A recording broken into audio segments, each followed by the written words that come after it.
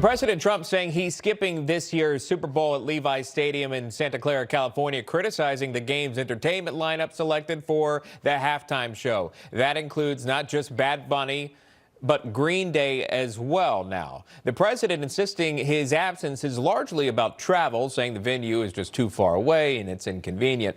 The president did attend last year's big game in New Orleans, becoming the first sitting U.S. president to attend a Super Bowl there with Gail Benson, the owner of the Saints right there. Rich Herrera is the host of News Radio WRVA in Richmond, Virginia.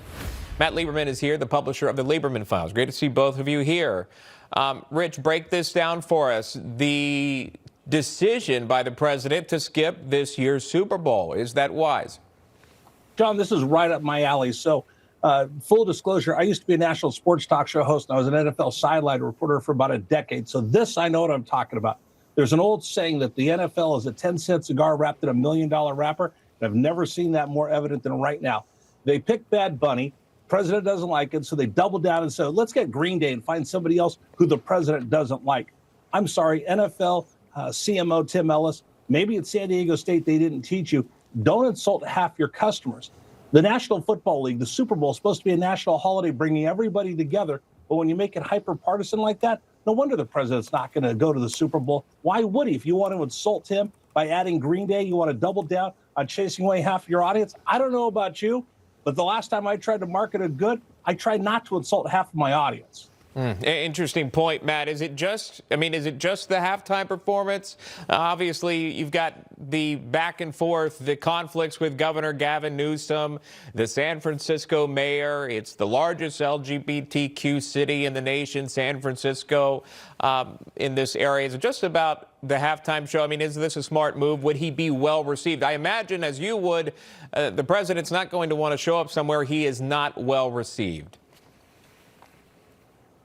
Sean, I would say bingo, bingo, bingo. That's it. And first, to Rich's point, look, I don't know, the NFL and their marketing apparatus, I don't know what they're thinking, but we also have to remember that the NFL is controlled by a group of owners that most likely, in fact, you could probably do the research, are on the record as supporters of Donald Trump. So I don't think the NFL is trying to, give President Trump a noogie or something on this. And the whole thing, it's too much travel. The guy was just in Switzerland. The guy is indefatigable when he chooses to be. He could make it to California. But hey, and by the way, also, I don't think people who like Green Day or Bad Bunny think of themselves as Democrats or Republicans or MAGA or whatever. They just like the music. And that, I think it's probably mostly what the NFL has in mind. But I think bingo to what you said, because look, Trump will go to every SEC football game he can find, I think in part because, well, it's a great conference, great games, but also because he's pretty confident he's going to get a nice reception in the South, in the Bay Area in California. Maybe not. It is a heightened climate, heightened political climate, if you will, right now. Author Stephen King slamming immigration and customs enforcement, comparing ICE to Nazi Germany in this social media post. He writes, ICE is the American Gestapo. King has been a frequent critic of the Trump administration. He's been very vocal about his progressive politics. And King is not the only artist to compare ICE to the Gestapo. While performing a show in New Jersey, musician Bruce Springsteen expressing a similar sentiment, telling the crowd, quote, ICE is using Gestapo tactics against our fellow citizens. Rich, it's not just those two either. But again, those in entertainment, an acclaimed author, a rock star, using the same terminology for this administration, likening to that of Nazi Germany. John, Matt, it's a cheap theatric. Because once you compare them to the Gestapo, then you don't have to have an honest conversation. So it's a cheap tactic. But you know what really bothers me more than anything else, guys, is that not long ago, I ran across a gentleman. I met him.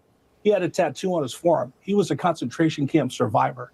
So for Stephen King or anybody else to compare what went on in Nazi Germany to what's going on today is a disservice. I guess when we said we'll never forget, apparently Stephen King and the boss never figured that part out, because it's beneath contempt to actually compare anything to the atrocities of the Holocaust. Yeah, I believe it was Governor Walz, using the Anne Frank comparison. It continues on. But either way, speaking about ICE, it is a divisive topic today. It has been for the past several weeks here. Bill Maher sitting down with Louisiana Senator John Kennedy talking about the federal immigration crackdown. Matt, Maher making a prediction about the midterms. He got into the politics of it, forecasting backlash to the Minnesota ICE raids. Listen to this. John, I'm just going to say it to you, I'm not trying to pick a fight right away, but my prediction is this stuff, your party is going to get the dog kicked out of you in the midterms. No, come on. Because this is not what people voted for, and they're going to hold the party as responsible as they should. Do you see some truth in that, Matt, looking ahead to the midterm elections? Well, I think there's a good chance of it. You know, historically, these off-year midterm elections are tough for the party of the incumbent president, big losses. And this whole, all this immigration, I hesitate to call it just immigration enforcement. It's clearly a campaign of intimidation. There's no reason for speaking about theatrics, what Rich said is true in the response, but it's also true in what the ICE agents are doing. Cops on the beat have very dangerous jobs. They don't mask up. They're willing to show their face. They're willing to show ID.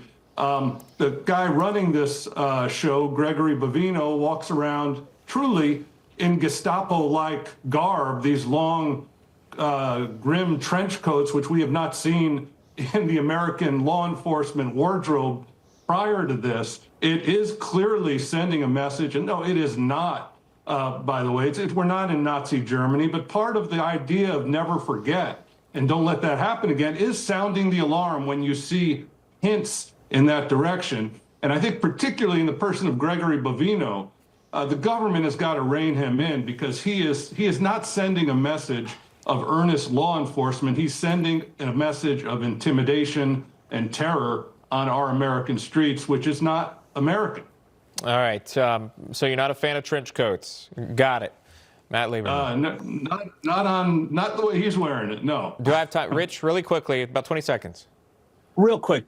The question isn't whether they're wearing masks or anything. The question is, why are they wearing masks? You want a perfect example? Right now, they're doxing the officers in Minnesota. They're running their plates. They have all this secret clandestine people that are looking for them. They're identifying them. They're finding where they're staying. You want to know why they're wearing masks? Go look at what you see over the weekend where they're attacking where they're staying, because they're tracking them and they're going to come to their houses. That's why they wear the mask. I got to leave it there. Matt Lieberman, Rich Herrera, thank you both. Great to see you here on this Monday morning.